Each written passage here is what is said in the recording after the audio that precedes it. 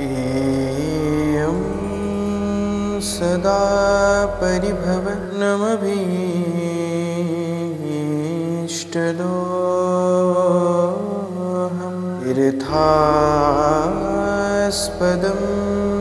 शिवविरिञ्चिनुतं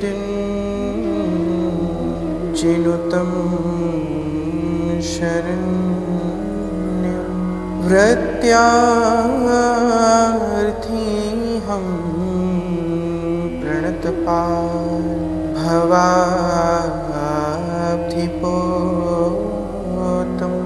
वन्दे महापुरुषोते चरणारविन्दम्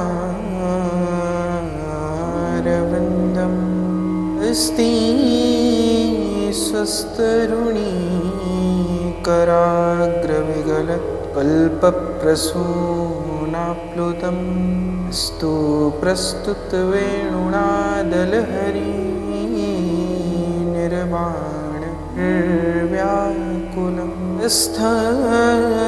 स्रस्थनिबद्धनि विविलश गोपीसहस्रावृतं हस्तन्यस्तनतापवर्गमखिलो दारं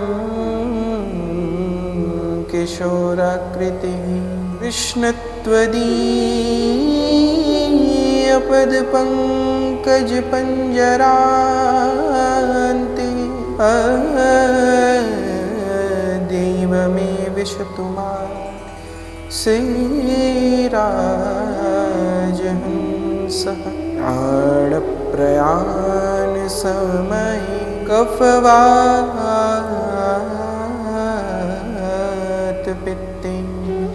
कर्णावरोधनविधो स्मरणं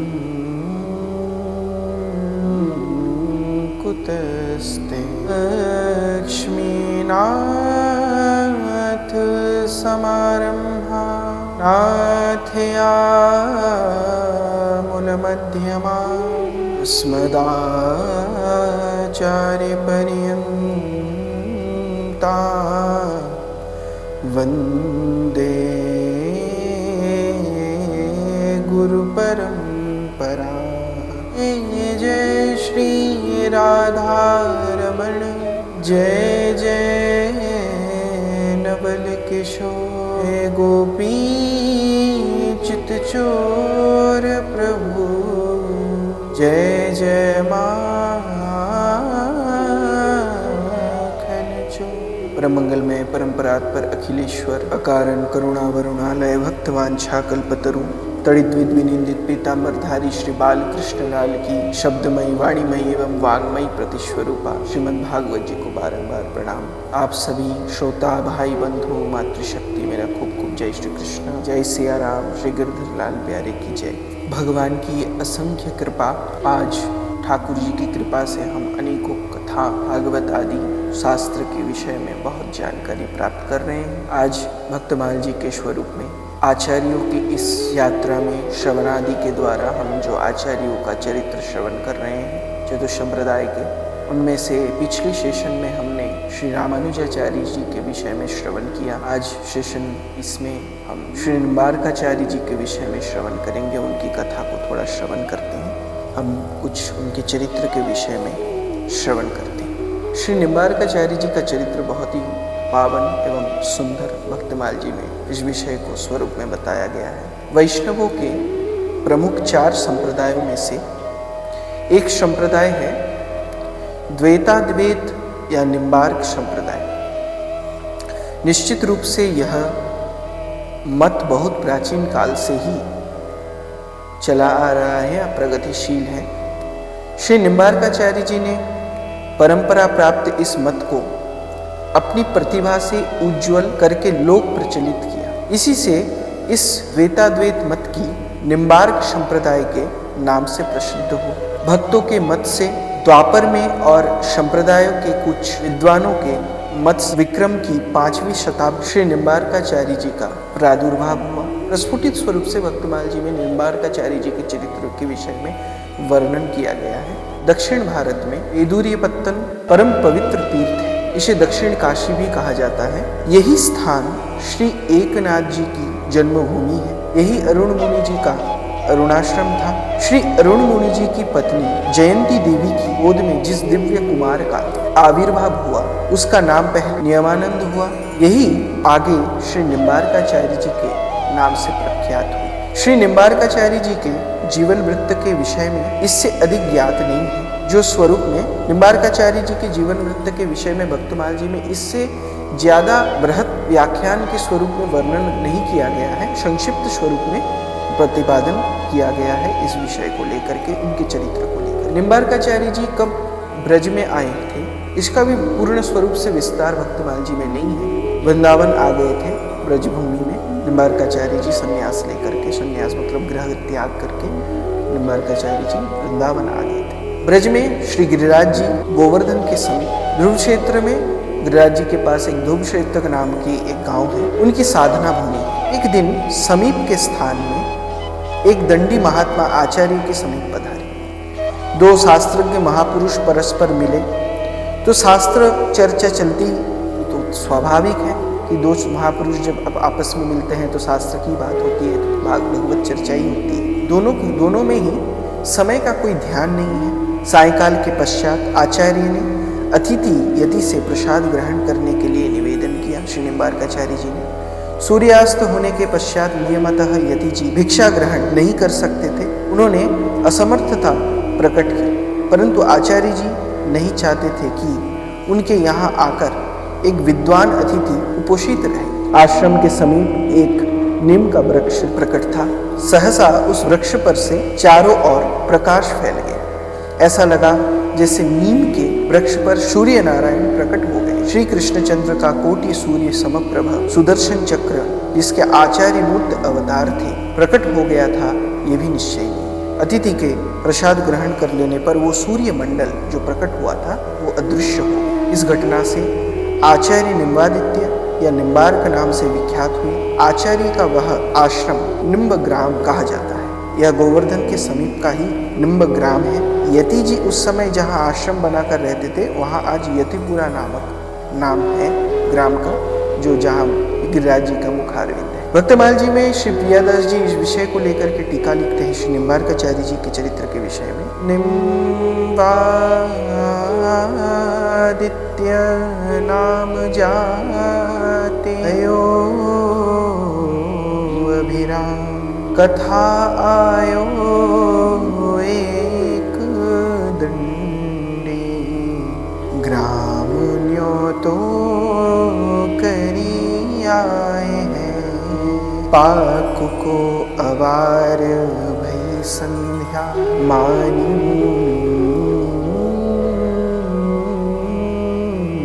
ले जाती रहती हूँ न पाऊँ वेद वचन सुनाए हैं। आंगन में निम्ब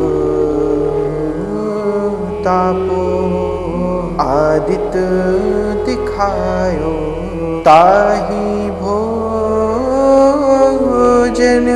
करायो पाछे निशी चिन्ह पाए हैं। प्रकट प्रभाव देखी जानियो भक्ति भाव जगदाम्ब पाई नाम्ब पर्यो हरियो। श्री निम्बार्काचार्य जी का वेदांत सूत्र पर भाष्य वेदांत सौरभ, वेदांत कामधेनु अथवा 10 श्लोक, ये 2 ग्रंथ ही उपलब्ध है। ये दोनों ही ग्रंथ अत्यंत संक्षिप्त है। इनके अतिरिक्त कृष्णस्तवराज, वेदांत तत्वबोध, वेदांत सिद्धांत प्रदीप, स्वधर्मार्थ बोध, ऐतिह्य तत्व सिद्धांत, राधाष्टक आदि कई ग्रंथ आचार्य जी के द्वारा लिखा गया है। श्री निम्बार्काचार्य जी के शिष्यों में एक नाम औदुंबर आचार्य जी का, उनका भी एक विशिष्ट प्राप्त होता है उनके संप्रदाय में। इनके उत्पत्ति की कथा बड़ी ही विलक्षण सुनने में आती है। कहा जाता है कि निम्बार्काचार्य जी महाराज भक्ति का प्रचार करते करते किसी ऐसे देश में पहुंच गए जहाँ के लोग भगवत भक्ति से विमुख हैं। उन लोगों ने आचार्य श्री के साधु वेश को देख करके उनके साथ उदंडतापूर्ण आचरण किया और उनको उल्टा सीधा व्यवहार से संबोधित, अश्रद्धा किया। परंतु उनकी आशा के विपरीत आचार्य शांति रहे, तनिक भी क्रोधित नहीं हुए।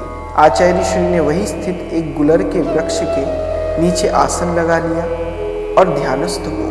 दुष्ट जनों को और अच्छा मौका मिल गया था। तरह तरह करके उपद्रव करने लगे आचार्य जी के पास, श्री निम्बार्काचार्य जी के पास। सहसा एक गुलर का फल वृक्ष से टूट करके आचार्य श्री के चरणों पर गिरा और उनके श्री चरणों से स्पर्श होते ही एक दिव्य मानवाकृति में परिवर्तित हो गया, मानवाकृति में परिवर्तित हो गया तथा आचार्य श्री की वंदना करते हुए उनके चरणों में रणिपात करने लगा। इस अलौकिक घटनाओं को देखकर उन भगवत विमुख दुष्ट जनों को होश ही उड़ गया। उन्होंने समझ लिया कि ये कोई सिद्ध महापुरुष है, इनकी हंसी उड़ाना या इन्हें किसी प्रकार से अपमानित करना उचित नहीं है। इस घटना की खबर शीघ्र ही जंगल की आग की तरह फैल गई कि ऐसे महापुरुष हमारे देश में पधारे हैं। जो उस देश में सभी भगवत विमुख आचरण करते थे, तब निम्बार्काचार्य जी का ऐसे दिव्य स्वरूप देख करके सभी उनका शिष्यत्व ग्रहण किया। उदुम्बर